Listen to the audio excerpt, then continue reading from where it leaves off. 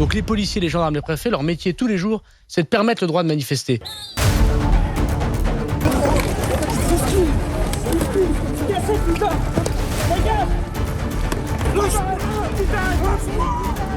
Non, il n'y a pas d'interpellation préventive, évidemment. On n'a insulté aucun policier, aucune raison d'interpellation, on faisait rien d'illégal, on marchait. Ma garde à vue a duré 40 heures à peu près. Les gendarmes sont sortis de leur camion, ils nous ont interpellés. Moi, des passants, sans que ce soit un groupe de manifestants. Vous savez pourquoi quel est le problème profond de ça? C'est que tout le monde dénie que le policier et les gendarmes a une voix qui doit être plus écoutée que n'importe quel citoyen.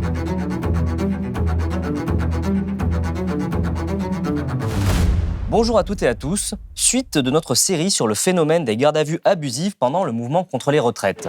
Pour Blast, avec Isabelle Carrillo, nous avons collecté de nombreux témoignages de personnes qui ont fini en gave ces derniers mois. Aujourd'hui, nous allons prendre un petit peu de hauteur.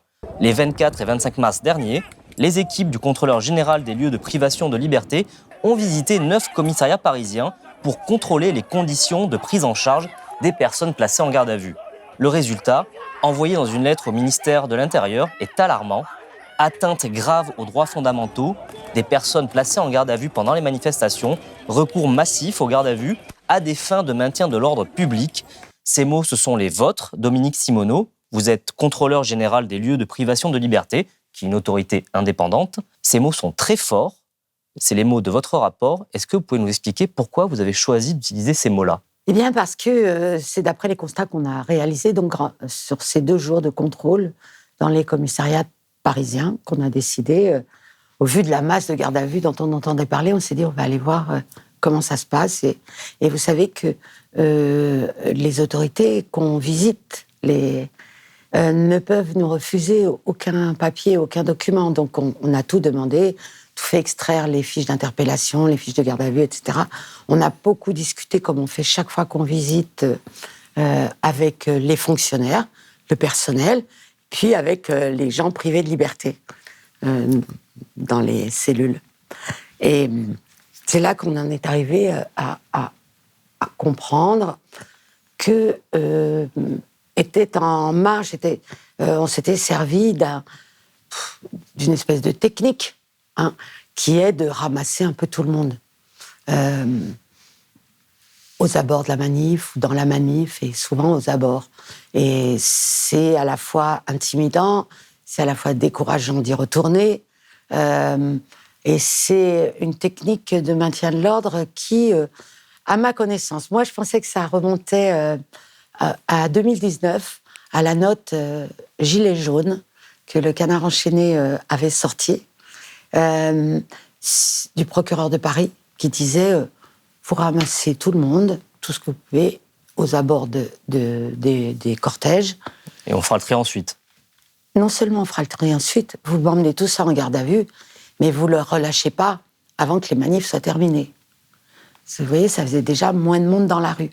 Et j'avais toujours gardé, puisqu'avant j'étais journaliste, le souvenir d'un homme, un bûcheron du Jura, une espèce de colosse, qui était venu à la manif avec son fils de 18-20 ans, et qui, dans le box des prévenus au tribunal, puisqu'il avait été déféré pour attroupement en vue de commettre des violences, etc., et il s'était mis à sangloter, et il disait « J'ai fait subir ça à mon fils, c'est la première fois de ma vie que ça m'arrive, je suis pas un voleur, je me retrouve là, j'ai rien fait de mal, je comprends pas. » Et il sanglotait, ça m'avait vraiment...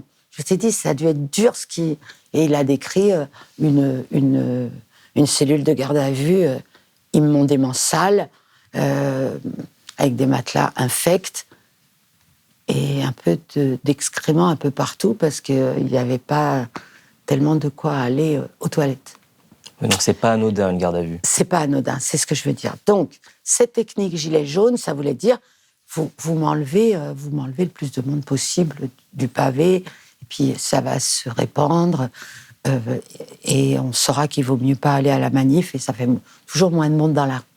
Mais un copain magistrat m'a fait souvenir que, en fait, cette technique, et non pas cette note, elle existe depuis 2019, dont je vous parle, mais bien avant, lors de la manif pour tous. Vous savez, les gens qui défilaient contre ce qu'on appelait le mariage gay à l'époque, et qu'on appelle tout simplement le mariage maintenant, ça avait commencé là.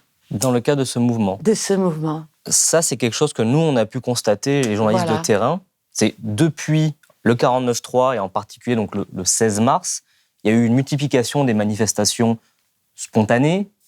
On pourrait dire sauvages, mais c'est un peu péjoratif. Et en fait, ce qu'on s'est rendu compte en étant dans la rue à Paris, c'est que la police, ça peut être la Bravem, ça peut être d'autres unités, courent après ces petits groupes mobiles. Et quand ils arrivent à les coincer dans une rue, ils embarquent tout le monde. Et alors là, ça peut être des groupes de 20, 30, on a eu jusqu'à 40 personnes qui finissent tous dans les commissariats et sans aucune distinction, puisqu'on a eu de nombreux témoignages et dans les faits, on s'en est rendu compte que des fois, on se retrouve avec des touristes embarqués avec le groupe. On est enfermés, on peut pas sortir. À Skib, on va aller en garde à vue. Voilà, c'est super. Ça va être trop cool l'anniversaire. Personne interpellé ici avec moi, on avait un peu de tout. Alors bien sûr, il y avait quelques manifestants parce que c'était des gens qui étaient sortis de la manifestation. On avait aussi des passants.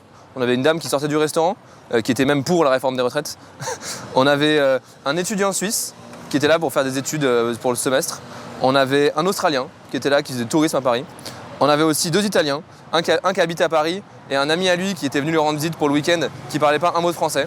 Que les gens aient mis de feu à des poubelles ou pas, aient commis des actes délictueux ou pas, tout le monde se retrouvait au commissariat.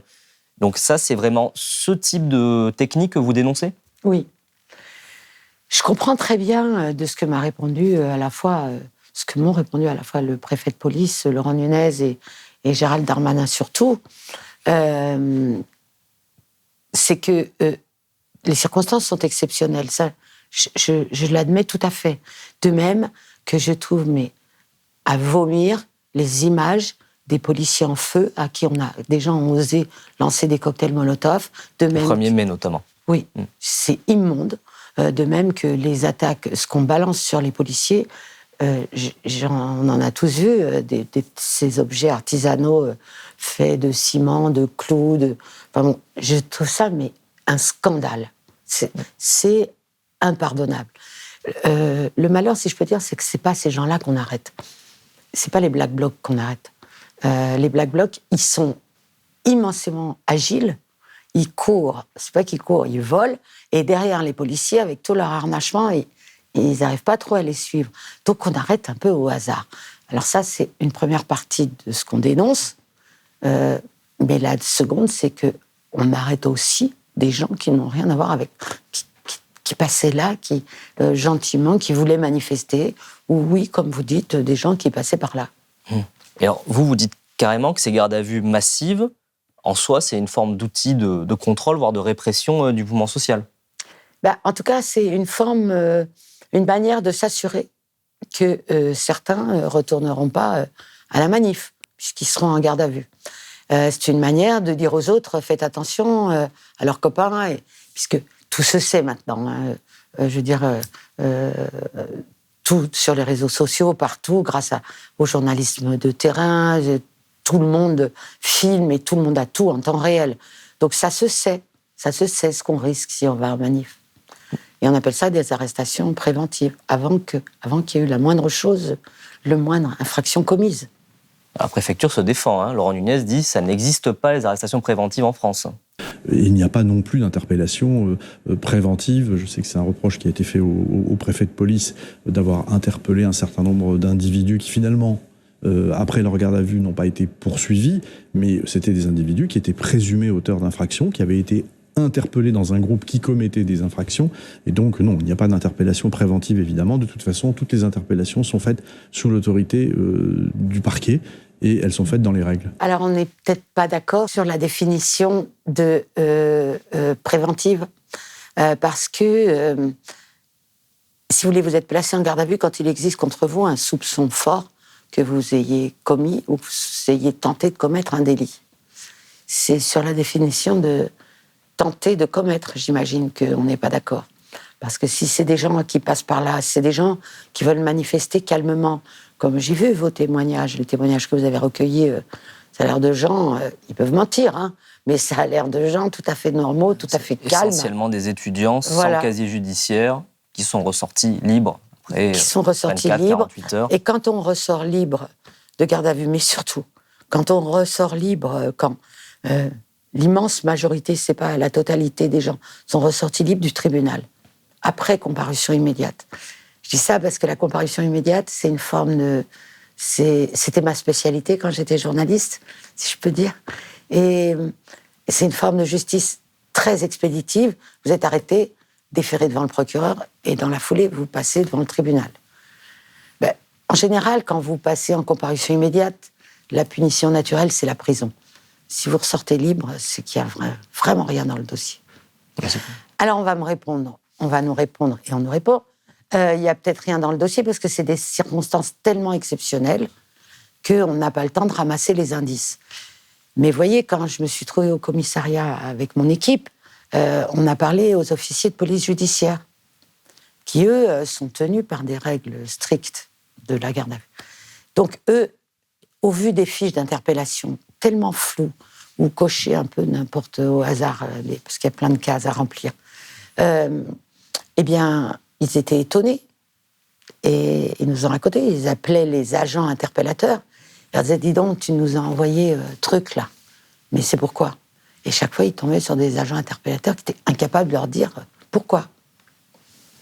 C'est donc bien qu'il y a un problème. Alors ce problème, en quoi est-ce qu'on peut dire qu'on est en face de quelque chose de systémique? Vous dites même qu'il y a eu des consignes. Vous avez la preuve de ça? Je dirais que j'ai des commencements de preuves. C'est-à-dire?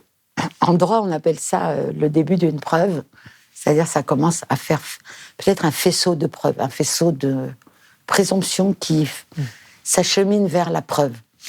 D'abord, on a des gens qui nous ont raconté avoir entendu dire ça, ramasse le plus de monde possible, etc., qui sont entendus sur place quand ils ont été arrêtés. Bon, je ne suis pas obligée de les croire. Mais je vois la masse d'interpellations. Je vois la masse d'interpellations qui sont classées après, dont les gardes à vue sont classées sans suite. Je me souviens de la note des Gilets jaunes, qui décrivait exactement ce qui est en train de se passer maintenant.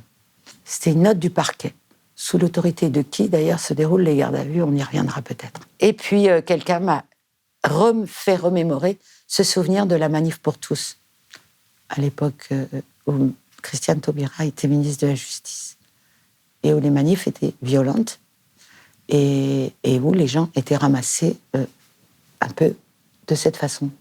Au hasard. Au hasard.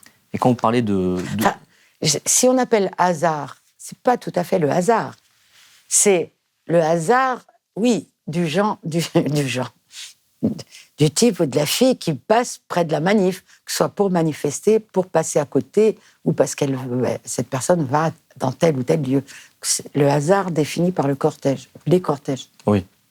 Mais alors, vous parlez de garde à vue massive. Est-ce qu'on a une idée de combien de gardes à vue on parle depuis janvier ou depuis le 49.3, depuis le 16 mars? Est-ce que vous pouvez nous dire à peu près combien de gardes à vue ça représente? Et d'après vous, combien ont débouché sur absolument rien, sur des mises en liberté et des classements sans suite? Je pense qu'en tout, mais j'ai peur de vous sortir un chiffre. Une estimation. Non, c'est pas une estimation, c'est ce que j'ai vu, parce que moi, d'abord, on a demandé d'autres chiffres, et on va en demander d'autres aussi. À mon avis, on tourne autour de 1600, mais je suis pas certaine de mon chiffre. Mais c'est très compliqué, et je pense qu'on aura des chiffres plus précis d'ici peu. Faut pas se presser, vous savez. En tout cas, ce qui est sûr, c'est qu'après certaines manifestations, les soirs de manifestation, les commissariats parisiens étaient pleins. Oui, et vous savez ce que c'est que des commissariats pleins quand on parle de garde à vue. Parce que là, les cellules, il faut avoir le cœur parfois bien accroché pour rentrer dedans. Et j'en parle autant pour les fonctionnaires de police qui travaillent là que pour les gardés à vue.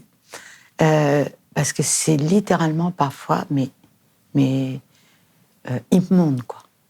C'est-à-dire, en cellule de garde à vue, la chasse d'eau, parfois, ne marche pas. Parfois, elle est actionnable que de l'extérieur, donc il faut appeler un policier pour qu'il vienne tirer votre chasse d'eau. Parfois, il n'y a pas de chiottes du tout, ni d'accès à l'eau du tout. Donc, il faut demander pour aller aux toilettes. L'état des toilettes communes... C'est indescriptible. Ouais. Et vous savez que je me suis assise, pas cette fois-là, parce que dans le commissariat où j'étais, c'était assez nickel, les cellules. Ça existe quand même. mais d'autres fois où j'ai visité des commissariats et je me suis assise à côté de gens en me disant « Bon, ma fille, tu vas attraper quoi au choix ? La gale, la tuberculose, des punaises de lit, des puces. Qu'est-ce que tu vas te choper ? Parce que, comme vous le savez peut-être, entre deux gardés à vue, les matelas ne sont pas désinfectés, les couvertures ne sont pas changées, et il y a toujours cette odeur. Et c'est une impression de crasse et d'humiliation. Moi, comme j'ai passé 30 ans de journalisme à aller dans les tribunaux, j'ai vu les sorties de garde à vue dans les box des prévenus. Et en fait, on vous met dans un état où vous n'êtes pas tellement apte à vous défendre. Parce que vous avez passé 1 ou 2 jours, 24 ou 48 heures, vous n'avez pas pu vous doucher, vous n'avez pas pu vous laver, vous avez les dents sales, vous êtes crade, souvent vous tenez votre pantalon, vous puez. C'est pas des conditions, vous voyez. Et on vous demande de vous lever dans le box. Il y a toute une salle qui vous regarde, des magistrats qui vont vous juger. Et vous êtes là, enfin, je les ai vus. Ouais, c'est pas. Vous n'êtes pas à votre aise, hein. Vous êtes même un peu écrasé par la machine. Et dans le temps, les juges disaient que souvent la garde à vue servait à attendrir la viande, les juges d'instruction. Et c'est une vieille expression, on dirait un film de Michel Audiard. Mais je pense qu'elle garde sa saveur, cette expression. Quand j'étais en garde à vue, je pensais que je sortirais libre tout du long. Donc je pensais sortir, prendre une bonne douche, aller manger parce que j'avais très faim. Au final, au bout des 60 heures, j'ai perdu 3 kilos. Moi, je suis déjà très peu corpulent. Ça m'a fait quelque chose, j'étais épuisé. Pour les gens qui nous regardent, la majorité n'ont sans doute jamais fini en garde à vue, en tout cas on leur souhaite. C'est vraiment une expérience particulière, c'est pas un petit événement. Il y a déjà l'arrestation qui peut avoir été plus ou moins brutale.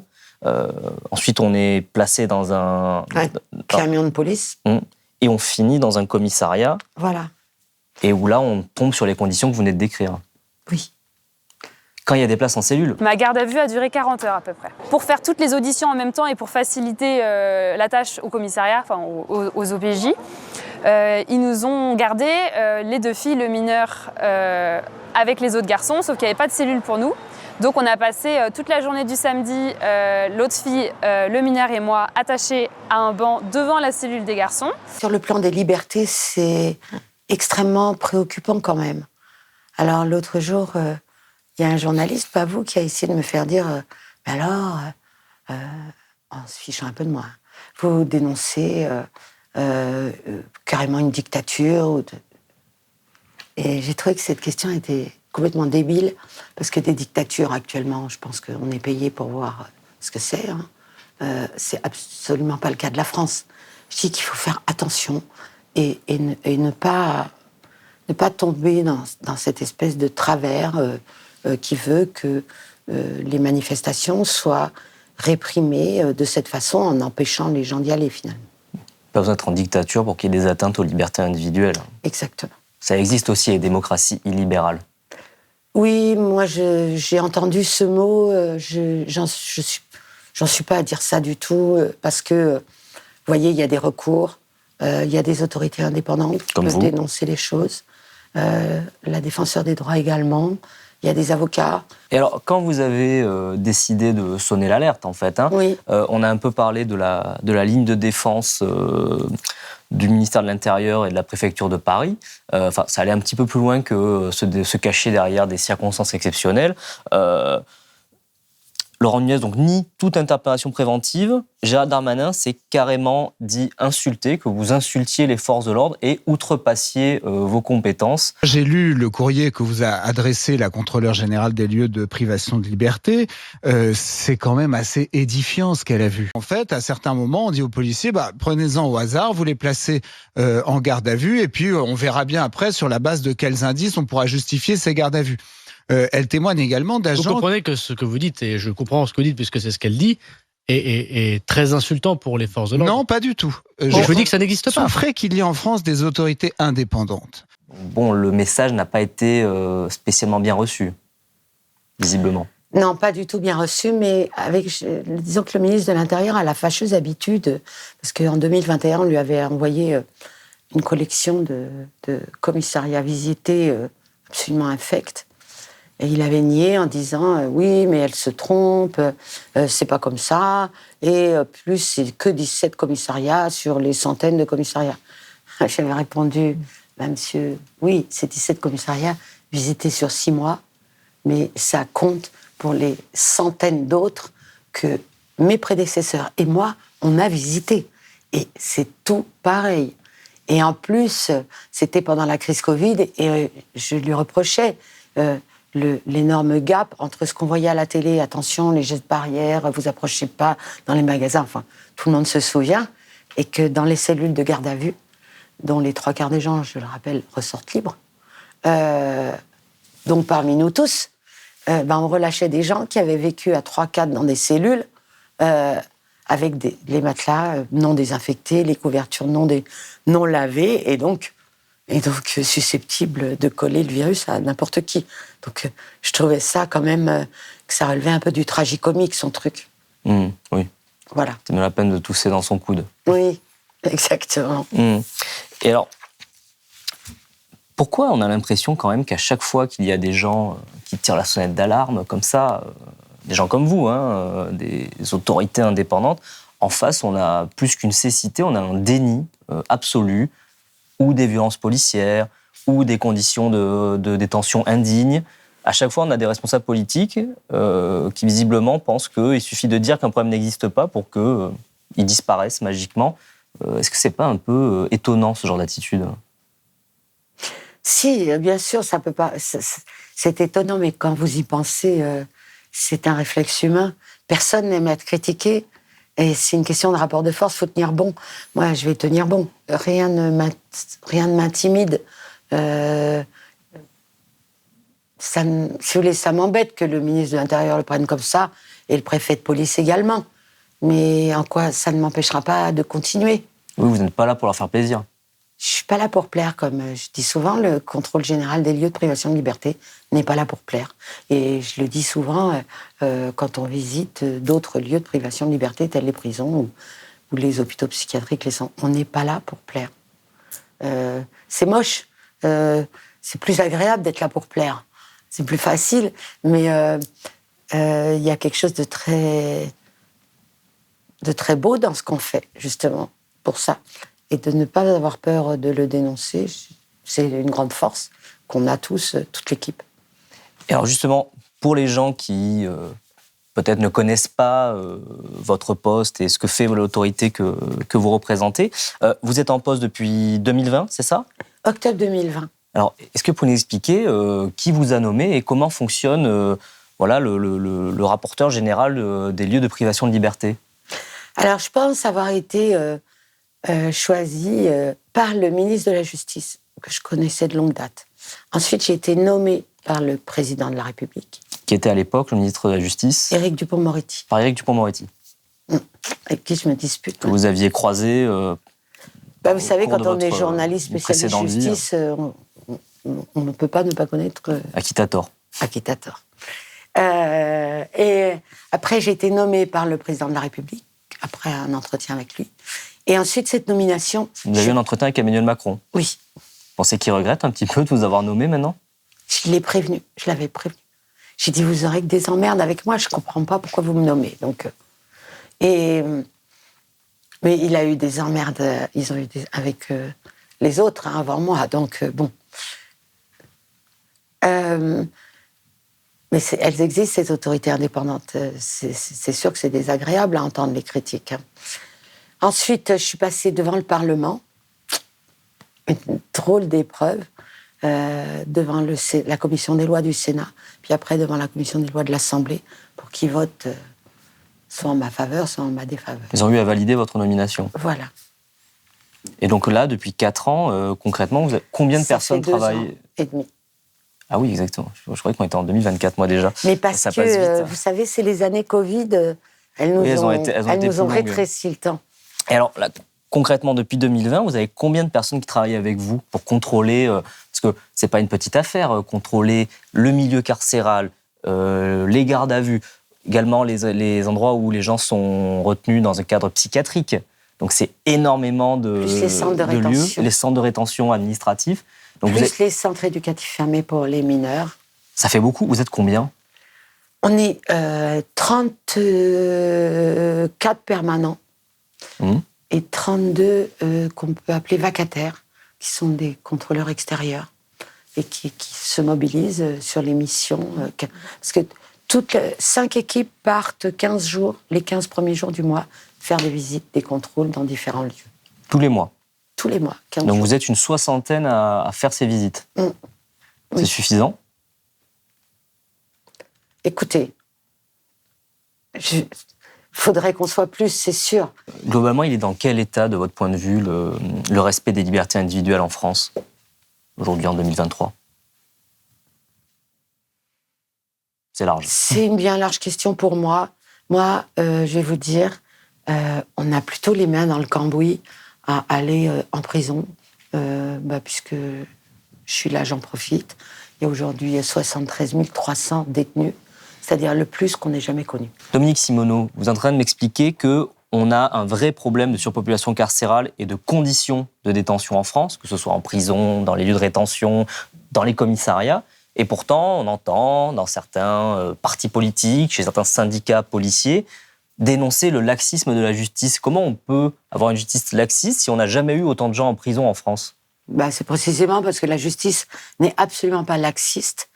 Et je trouve assez scandaleux que des élus de la République, des parlementaires, qui connaissent l'état des prisons, parce qu'ils ont le droit de les visiter. Comme vous, ils peuvent rentrer dans les prisons ou les commissariats. Moins bien que moi, mais en tout cas, ils ont le droit de les visiter. Osent venir dire que les prisons, tout va bien et qu'il n'y a pas assez de monde en prison, et appellent à plus de ce que j'appellerais une vengeance, parce que la prison, elle prévoit certes de punir, la loi le dit, la prison est là pour punir, c'est une évidence pour tout le monde, que je ne conteste pas du tout, mais l'article 707 du Code de procédure pénale, il veut aussi que la prison offre aux détenus des activités, de l'enseignement, du travail, etc. En effet, de quoi se réintégrer dans la société en sortant et mener une vie exempte d'infractions, de crimes et de délits. Or là, on n'est absolument pas dans ces conditions. Moi, je visite des endroits où les gens sont 3 dans une cellule, où il reste moins d'1 mètre carré par personne pour se mouvoir, qui restent enfermés là-dedans 21 heures sur 24, quand c'est pas 22 heures sur 24, que la nuit, pour faire pipi, quand on descend du lit superposé, il n'y a pas d'échelle, vous cassez la figure sur le type qui dort sur le matelas par terre, que les gens, ils vous montrent leur piqûre de punaise de lit, ils vous montrent les cafards qu'ils attrapent, ils vous montrent ce que c'est que d'aller aux chiottes devant tout le monde, devant des gens qu'on ne connaît pas. Il y en a qui vous disent qu'ils se retiennent jusqu'à ce qu'ils n'en puissent plus. Il y en a qui vous disent qu'ils sautent la promenade pour pouvoir aller aux toilettes tranquilles. Il y en a qui vous disent qu'ils mangent le moins possible pour évacuer le moins possible. Et puis, tout est restreint. L'accès aux soins, l'accès aux activités, tout est restreint par la surpopulation parce que le nombre de personnel pénitentiaire, le nombre de surveillants est contingenté par rapport au nombre de places théoriques d'une prison et non par rapport à son nombre d'habitants. Donc les surveillants mènent une vie d'enfer, eux aussi. Et tout ça, pour moi, ça correspond à un abandon de l'État, à la fois des fonctionnaires et des personnes privées de liberté. Ils sont dans le même bateau. Je parle de tous les lieux de privation de liberté. Et même des hôpitaux psychiatriques où ce sont moins des fonctionnaires, mais où il manque tellement de psychiatres et d'infirmiers que ça rejaillit sur les patients. Et tout ça dans une espèce d'indifférence. Je pense que c'est au prétexte que On l'a vu déjà pour les EHPAD, mais les EHPAD, ça a fait un gros scandale. Mais cet abandon. Mais l'abandon, là, il tombe sur des personnes, finalement, que personne n'aime. Et donc, j'ai l'impression que personne n'a rien à faire. Or, le fait que la réinsertion ne puisse pas avoir lieu en prison, le fait que les malades mentaux sortent, peut-être plus malades ou très malades ou ne sont pas tous soignés. Le fait que les enfants dans les centres éducatifs fermés sont parfois pas du tout traités à la hauteur de ce qui conviendrait. Les enfants enfermés reçoivent 2, 3, 4 fois moins d'heures d'enseignement que leurs petits copains de dehors. Pour moi, tout ça, c'est de l'abandon. Et c'est un abandon sans vision aucune, à long terme. Et c'est parce que ça va finir par nous coûter très cher. Vous savez, on paye 110 € par jour par détenu. Là, la France va subir plein de condamnations, je pense, du Conseil de l'Europe qui revient en septembre, réexaminer sa surpopulation carcérale, et des magistrats des tribunaux nationaux qui commencent sérieusement à s'occuper des conditions indignes de détention et à faire payer l'État. Vous allez voir combien ça va nous coûter. Et ça va nous coûter également par le fait que, comme il n'y a pas de réinsertion en prison, que, comme je vous le disais, l'accès à tout ce qui pourrait vous permettre de vous réinsérer est contraint, totalement contraint, eh bien, on le payera cher en termes de récidive. C'est tout simplement bête. Voilà, cet entretien est à présent terminé. J'espère qu'il vous a appris des choses. Si c'est le cas, n'hésitez pas à le dire en commentaire et à vous abonner en activant la cloche pour ne rien rater de nos contenus. Blast est un média indépendant qui ne vit que grâce à votre soutien. Donc si vous le pouvez, soutenez-nous financièrement sur blast-info.fr. Et moi, je vous dis à très bientôt.